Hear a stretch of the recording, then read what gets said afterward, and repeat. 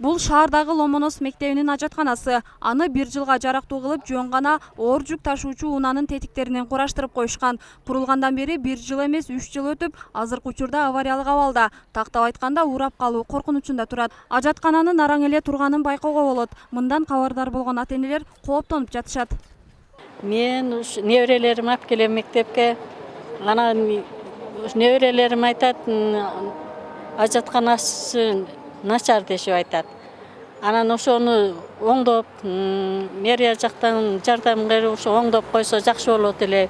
Биздин балдарыбыздын ден соолугун ушу үйгө аман эсен барышын каалайт элек. Мектеп башталганда, чогулуш кылганда, чогулушка киргенибизде ошо мугалимдер айтышкан.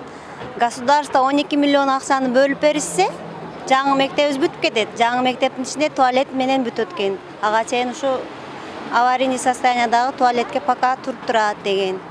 Ушу государство тезирээк 12 миллионду бөлүп берсе, тезирээк жаңы мектебибиз бүтүп кетсе, балдарыбыз дагы коопсуз туалеттерге кирип калышат эле.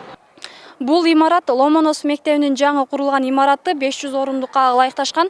Бүткөрүлгөнүнө 2 жылдан ашык убакыт өтсө дагы эмнегедир пайдаланууга берилбей жатыптыр. Аргасыздан мектеп жамааты ажаткананын тушуна видео байкоо орнотуп коюшкан. Андан окуучулардын кирип чыкканын үзгүлтүксүз карап турушат. Кайсыл убакта эмне болуп кетер экен деп кабатырбыз дешет. Аталган мектептин эскилиги жетип калгандыктан туура 2 жыл мурун жаңы мектеп курулган. Жетекчиликтин айтымында курулуштун 95% бүткөрүлүп, кем каржысына дагы 13 миллион сом бөлүнө турган болгон. Жаңы курула турган ажаткана да ошол миллиондордун эсебинен курулмак. Бизге эң өкүнүчтүү нерсе, ушул мектеп курулушу башталганда бизге убактылуу 1 жылга деп дарат ажаткана курулган окуучулар үчүн. Бирок 1 жыл эмес, быйыл 3 жыл болуп баратат.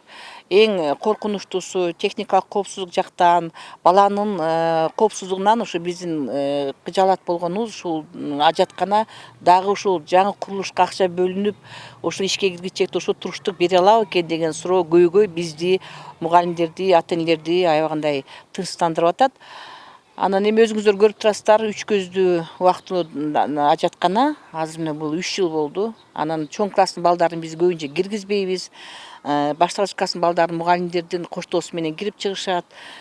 Эми Кудайдан тилеп отурабыз эми. Бул тууралуу Ош шаардык билим берүү башкармалыгына кайрылганыбызда жетекчи иш ордунда жок болуп чыкты. Аны чогулушта деп кабарлашты. Башкармалыктагы кызматкерлердин мамилесин видеодон байкоого болот. Бияка эмне алып келесиң? Капай ошол жака. Эмне эмне кыласың? Мектептер боюнча дегенден сизди Мектеп эмес, туалет экен. мектеп боюнча дагы жанагы мектеп курулушу бүтүп пайдаланууга бериле экен. Ошол боюнча сурайм деп атам.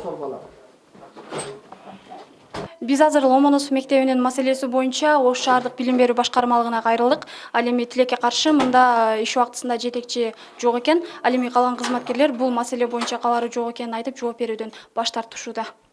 Маселени Ош шаардык кеңешинин депутаты Рыспек Турдыев жыйында айткан эле. Тартым учурунда андан маалымат алуу тууралуу сүйлөшүүлөр жүрүп, мектептин ажатканасы жөнүндө кеңири айтып берерин убадалаган. Бирок кийин интервью берүүнү каалабады, Айтор уюлдук телефонун өчүрүп тим болду. Ал эми мектеп жетекчилиги билим берүү министрлигинен жооп күтүүдө.